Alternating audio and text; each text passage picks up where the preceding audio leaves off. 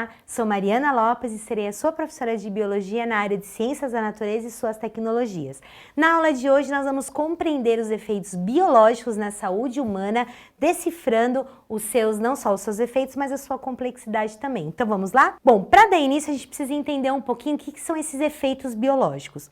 Os efeitos biológicos, eles podem ocorrer muitas vezes e na sua maioria após uma exposição de corpo inteiro ou então de partes do corpo com doses de radiações ou até mesmo outros processos que não fazem bem ao nosso corpo. Então, se a gente pegar um exemplo bem clássico, né, quando você vai para a praia, então a gente sabe que o ideal é a gente tomar sol até as 10 horas e após as 16 horas. Eu sei que muitas vezes passa assim, que bobeira, né? Isso não tem nada a ver. Porém, cientificamente falando, a gente sabe que das 10 da manhã até as 16 horas, a radiação ultravioleta ela é muito intensa por parte do sol. A radiação solar é muito forte, então você pode trazer alguns danos quando você fica exposto, ou seja, você expõe o seu corpo todo. Então é só para a gente poder entender que quando a gente fala de efeitos biológicos, eles acabam vindo de exemplos como o da praia mesmo, ou por outros fatores de trabalho que a gente vai conhecer.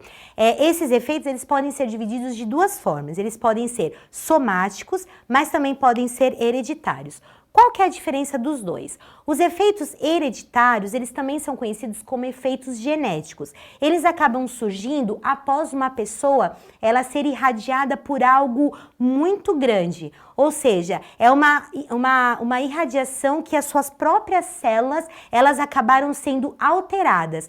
Inclusive, essas células a gente chama de células germinativas. Então, é quando elas acabaram, sabe aquela coisa, tem alguma coisa esquisita? Elas se alteraram e ainda acabaram se multiplicando. Isso a gente fala que tem um caráter cumulativo e incluem também as mutações celulares. Um exemplo disso é a questão da má formação genética ou até mesmo aborto espontâneo. Então, quando a mulher está gerando um bebê, por exemplo, se ela é muito exposta a um ambiente com uma radiação muito grande ou algum procedimento que acaba trazendo problemas para ela, ela pode gerar não só o aborto, como também a sua criança pode ter alguma má formação.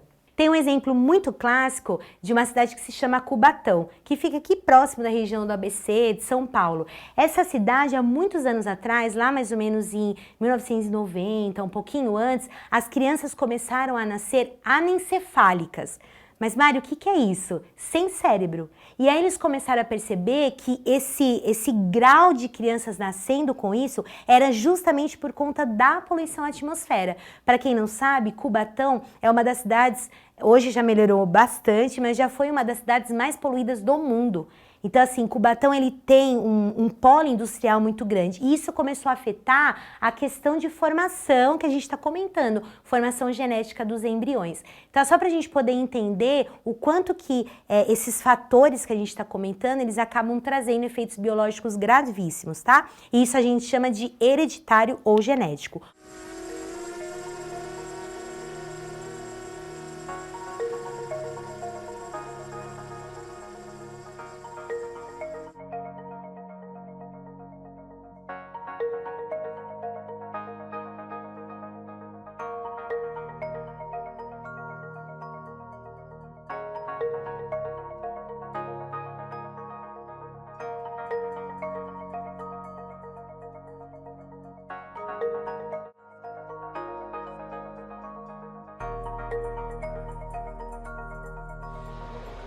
Foi uma vez eu vendo uma criança correndo e gritando a chuva que morde. E eu não entendia o que era a chuva que morde. Depois eu fui entender que a chuva que morde é a chuva ácida, né, que vinha, caía na pele e queimava mesmo.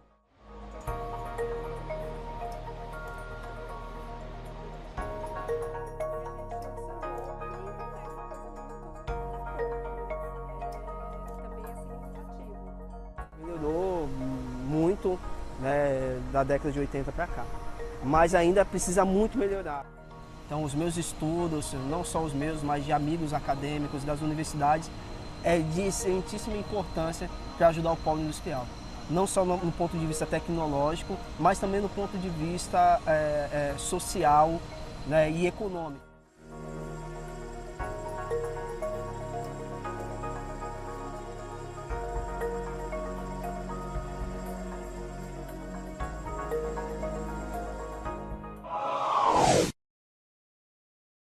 O outro fator que a gente tem é chamado de efeitos somáticos. Os efeitos somáticos, eles acabam surgindo após alguns dias ou após a exposição, né? E aí a gente costuma falar que são efeitos imediatos. O que que eles fazem?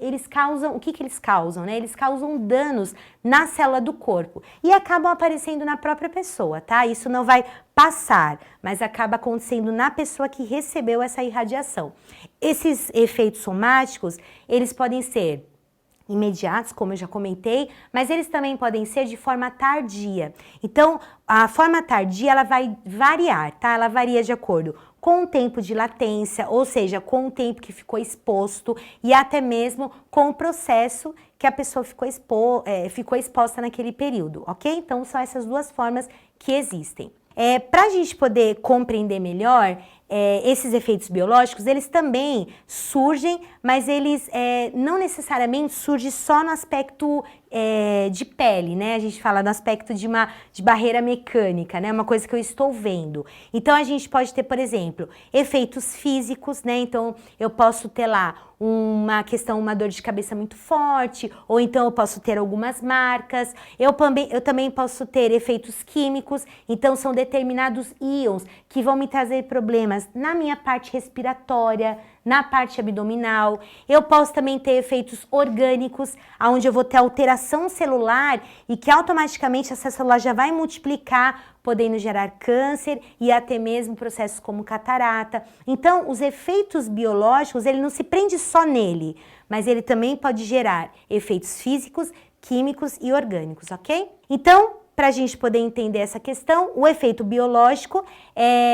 ele pode gerar, ou seja, ele traz aos organismos, os seres vivos, problemas, porém que depende de vários fatores. Então, não é uma coisa pontual, depende de muitos fatores juntos, ok? Uma observação importante é que dentro desses fatores a gente tem 4 principais. Então, a gente tem lá o tipo de radiação que aquele organismo está sofrendo, o tipo de tecido vivo que vai ser atingido, o tempo de exposição e a intensidade da fonte radioativa, ok?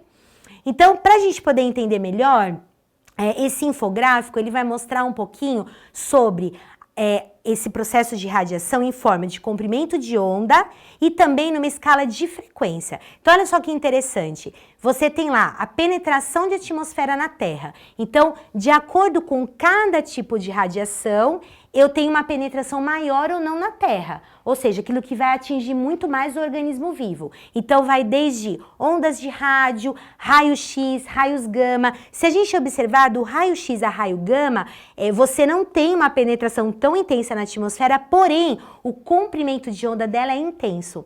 Esse comprimento de onda ele vai estar linkado justamente com o tipo de radiação. Então, eles se complementam. E aí, é lógico que vai de acordo com a frequência. Então, por exemplo, se eu tenho lá uma frequência de 10 oitavos de um edifício, ele acaba se diferenciando de uma borboleta, que eu tenho 10 elevado ao quadrado, e assim por diante. Então, esse infográfico, ele vai mostrar pra gente essa relação que existe, né, da frequência, mas também da escala de comprimento de onda, o quanto que isso pode afetar, ok? Além disso, além dessa questão que eu acabei de comentar, a gente também tem o tipo de tecido vivo. Quando a gente fala tecido vivo atingido, é porque a radiação ela vai atingir alguma coisa viva, né? Então, por exemplo, pode ser uma região do meu braço, ou pode ser uma região do rosto, ou da área abdominal, ou seja, tudo isso é vivo, ok? Então, o tecido vivo, só para a gente poder lembrar que o tecido é esse conjunto, né, que a gente já viu na aula anterior, de células que desempenham uma determinada função, ela pode trazer alguns desequilíbrios. Então, você tem lá um estômago, tá? Então, você tem um órgão, o estômago. Esse órgão, ele tem tecido muscular, tecido conjuntivo, tecido nervoso, tecido sanguíneo e tecido epitelial. Não necessariamente a radiação, ela vai atingir o órgão como um todo, mas ela pode atingir parte dos tecidos desse órgão. E isso pode dar um problema de funcionamento. Então, a gente fala que o órgão fica doente. E aí vem todo um processo de investigação para entender o porquê que está acontecendo isso, ok? Uma curiosidade interessante é quando a gente fala, por exemplo, de pessoas que trabalham em indústrias e que sofrem um processo de radiação intenso na área abdominal. Então, às vezes, a pessoa ela não vai ter um problema necessariamente no estômago, mas pode pegar o fígado ou o baço. Então, esse contato diário é que pode trazer alguma coisa ou alguma consequência, ok? Os tecidos são estruturas formadas por um conjunto de células semelhantes que atuam para desempenhar uma mesma função. Eles não são encontrados isoladamente em nosso corpo, estando sempre associados uns aos outros, formando os órgãos e sistemas que compõem o nosso organismo. O corpo humano é formado por 4 tipos de tecidos: o tecido epitelial, o tecido conjuntivo, o tecido muscular e o tecido nervoso. O tecido epitelial possui funções de revestimento do corpo, sensibilidade e secreção de substâncias. O tecido conjuntivo possui as funções de sustentação, preenchimento e o transporte de substâncias. Suas fibras são formadas por 2 tipos de proteínas, o colágeno e a elastina. Pelo fato de suas células serem bem diversificadas quanto à forma, tamanho e funções, esse tecido é dividido em adiposo, cartilaginoso, ósseo e sanguíneo. Esse vídeo que vocês estão acompanhando comigo, vocês podem ter ele na íntegra dentro da nossa plataforma, ok? Além disso, a gente não pode esquecer também do tempo de exposição e da intensidade. Para quem não sabe, nós temos aí uma norma regulamentadora que é chamada de NR15, anexo 1, onde ela vai trazer os níveis de ruído e a máxima de exposição que a gente aguenta. Então, esse infográfico que eu trouxe para vocês, ele mostra a quantidade, né? Ou seja, a intensidade desse ruído, tá? Então, você tem lá desde um alarme de uma sirene, que vai de 90 a 120 decibéis. Lembrando que decibéis é justamente a forma que a gente tem de medir essa intensidade, tá? A própria NR15, ela traz uma tabela do quanto que o ouvido humano, ele aguenta de exposição diária, ok? Então, você tem lá um bar musical, né, ou uma balada, né, que a gente fala, e aí fica até como uma curiosidade, onde você tem o equivalente de 85 a 115 decibéis, né? Então, é elevado demais. Tudo que vocês estão vendo aí de vinho, na cor vinho, a gente fala que são sons que trazem uma lesão irreversível. Mas, Mário, o que é isso? É aquela lesão que não tem como voltar mais.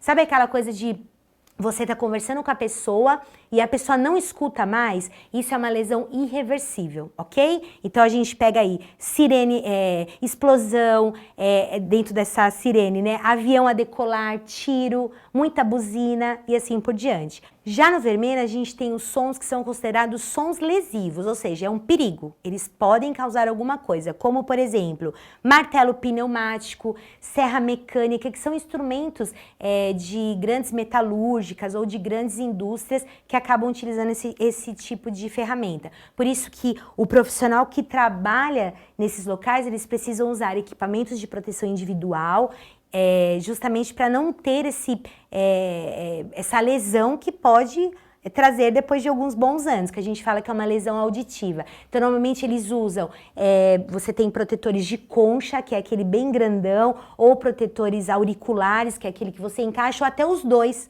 Dependendo do nível de ruído, o trabalhador precisa colocar os dois. Tudo isso, gente, é demonstrado na própria NR15, tá? Ela traz todos esses valores. E aí, por último, a gente tem os sons que é mais ou menos lesivo, ou seja, está no limite, que são os amarelinhos, e por último, o sem risco. Olha só que interessante, se a gente pega o recreio, na hora do recreio, a gente fala que é um som que ele é um pouquinho lesivo, se você fica muito tempo no intervalo, né? Ou seja, naquele barulho imenso. É lógico que também tem o grau de tempo, né? Mas só para a gente poder entender e comparar com os que não têm risco, como, por exemplo, uma biblioteca ou um aspirador e assim por diante, ok? Bom, pensando nisso, a gente também tem que resgatar um conceito que a gente chama de tripé. É como se fosse um triângulo, tá? Então, o efeito biológico na saúde humana, ela vai precisar passar e observar pelo tempo de exposição, pela concentração intensidade e natureza do risco, ok? Então, esses 4, eles são extremamente importantes, ou seja, quanto tempo a pessoa está exposta, qual é a concentração, qual é a intensidade. Mas uma coisa que eu mais gosto desse tripé, gente, está relacionada à sensibilidade individual. Cada um de nós somos um organismo único. Então, por exemplo, talvez para você que esteja aí me ouvindo, um barulho de uma buzina é normal. Ah, buzinou. Mas talvez para outras pessoas a sensibilidade individual é muito forte. Então, uma buzina dá um desconforto auditivo muito intenso. Então, isso a gente fala que é chamado, a gente chama, né, de sensibilidade individual. Então, nunca menospreze, né? Às vezes a pessoa tampa os ouvidos ou então pede para fechar a porta, não menospreze isso, porque ela tem a sensibilidade dela quando a gente fala a respeito desse movimento aí que o ruído, né, ou seja, que esse efeito biológico ele pode causar, ok? E aí, para fechar a aula de hoje, eu queria deixar uma frase para vocês de Rangel Lima, que diz assim: a saúde do corpo começa pela educação da nossa mente. Espero que vocês tenham gostado, tem muito material na plataforma, bons estudos e até a próxima.